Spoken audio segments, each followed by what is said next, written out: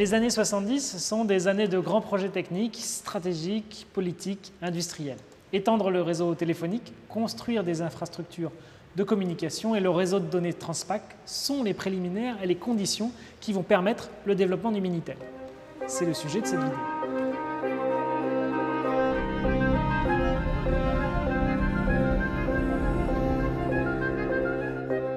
Premier grand projet lié au rattrapage téléphonique, c'est la mise en relation automatisée des abonnés du téléphone. Donc, mise de moyens électroniques, automatiques, au service de ce réseau téléphonique pour mettre fin aux opératrices téléphoniques qui assurent les connexions entre abonnés, entre utilisateurs. C'est surtout l'ère de la télématique et plus précisément du passage de la téléinformatique à la télématique. La téléinformatique, c'était la question du transfert de données d'une machine A à une machine B. L'ère de la télématique imagine développer des services, des applications, s'ouvrir au grand public bien au-delà du simple transfert de données entre machines informatiques. C'est une époque de grands projets très ambitieux, avec des services numériques intégrés du type du projet Hermès, qui ne sont pas tous, bien évidemment, mis en œuvre. En tout cas, ça se passe dans un climat de concurrence internationale, dans lequel les décisions sont complexes, tant les enjeux économiques, industriels et politiques sont forts, et avec une complexité dans la conception de ces systèmes. Le Minitel doit être compris dans toutes ses ambitions de ces années 70. Parmi les grandes réalisations des années 70, il y a le réseau Transpac. C'est le réseau de données numériques en transfert par paquet. L'acronyme Transpac vient donc de transfert par paquet. Il a été conçu par la Direction générale des télécommunications, un service de l'État français, qui changera de nom et qui deviendra France Télécom. C'est un service de transfert par paquet qui est annoncé dès 1973, uniquement à destination des professionnels. C'est un système de communication de données entre différents serveurs et machines informatiques. Ça s'appelle un système de transfert par paquet car dans le réseau Transpac, la communication se passe ainsi. On transfère des données d'un point A à un point B. Le message, l'ensemble des données est en fait coupé en paquets qui sont traités un par un. Lors de l'envoi du message, on choisit le meilleur cheminement possible dans le réseau, du point A au point B.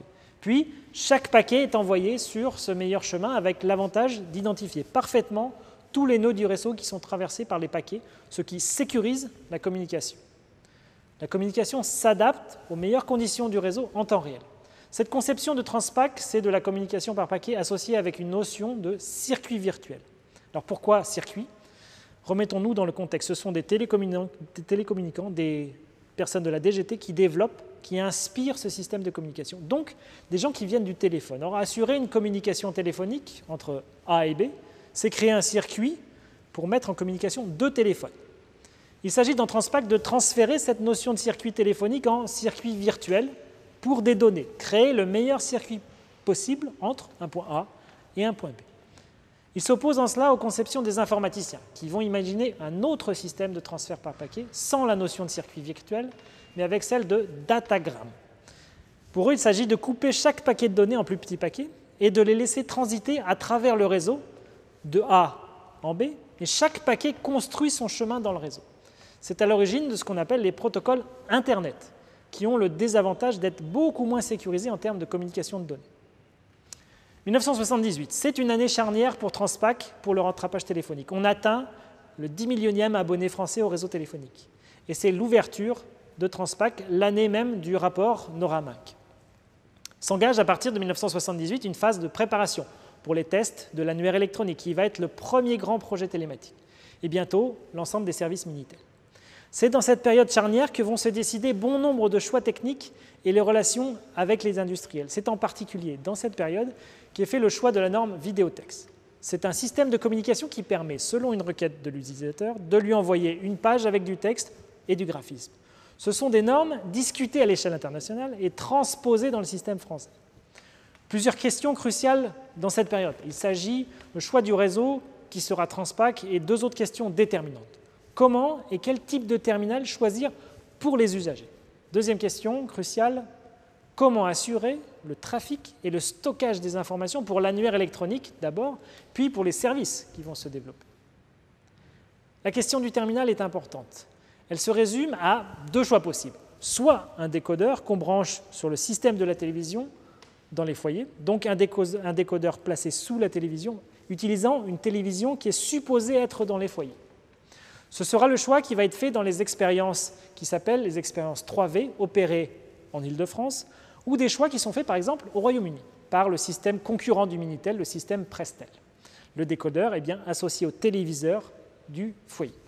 Deuxième choix possible pour ce terminal, c'est un terminal complètement autonome. C'est précisément le Minitel que vous avez vu dans les collections et qui va largement se diffuser. Ça va être le choix qui va être fait en France, contrairement donc à Prestel au Royaume-Uni. Alors je reviens sur la question du réseau. Transpac existe, mais il n'a rien d'obligatoire. Il n'est pas nécessaire ni évident d'utiliser le réseau Transpac pour le Minitel. En fait, le Minitel va se greffer sur Transpac parmi d'autres services qui vont également utiliser le réseau Transpac, qui lui a son autonomie. Transpac a des avantages évidents à cette époque-là. D'abord, son étendue sur tout le territoire national. Deuxièmement, des vitesses de transmission de données qui sont déterminantes pour des services qui seront développés autour du Minitel. Troisième point, une tarification de Transpac qui est indépendante de la distance à parcourir par les données.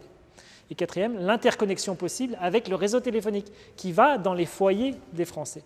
L'interconnexion entre ce réseau et le réseau Transpac qui est en fait indépendant du réseau téléphonique. La possibilité de connecter Transpac à l'international est une dernière condition intéressante. Il respecte la norme X25 qui est déterminée, discutée au niveau européen et au niveau mondial.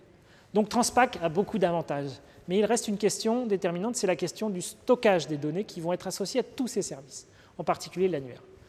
C'est important, il est déterminant et en fait très sensible de savoir qui va réaliser ces bases de données, qui va les contrôler. Est-ce que c'est l'État qui va avoir la main sur ces données ou bien des industriels, des firmes privées? On a là des questions très contemporaines qui résonnent avec nos problématiques actuelles. Et pour ce qui est de la mise en œuvre du Minitel, on la voit sur cette carte, début des années 80, 82, en Île-de-France commence ce déploiement, et puis on voit la répartition progressive sur tout le territoire national en quelques années. Vous pourrez regarder en détail sur cette carte. Je l'ai annoncé avec Prestel, il y a d'autres systèmes vidéotextes qui sont développés dans d'autres pays, chez nos voisins européens en particulier. Pour le résumer, Minitel, c'est quoi? Minitel, c'est un réseau de communication de données, Transpac, qui utilise une norme internationale X25 couplée avec le réseau téléphonique qui permet à tous les Français abonnés au téléphone de se connecter à ce réseau. C'est une norme vidéotexte qui permet l'affichage texte et graphique sur les terminaux Minitel et c'est l'État français qui est l'opérateur et le concepteur de ce système. Les autres vidéotextes ont des choix techniques, des choix stratégiques, des politiques très différents. Au Royaume-Uni, Prestel, on en a discuté. On a vu le choix du décodeur qui est stratégiquement différent de Minitel. En Allemagne, ce sera le Bildschirmtext. Au Canada, Telidon. Au Japon, le système Captain. Tous ont des conceptions différentes, reposent sur des choix techniques différents. Il sera un peu long de tous les expliciter.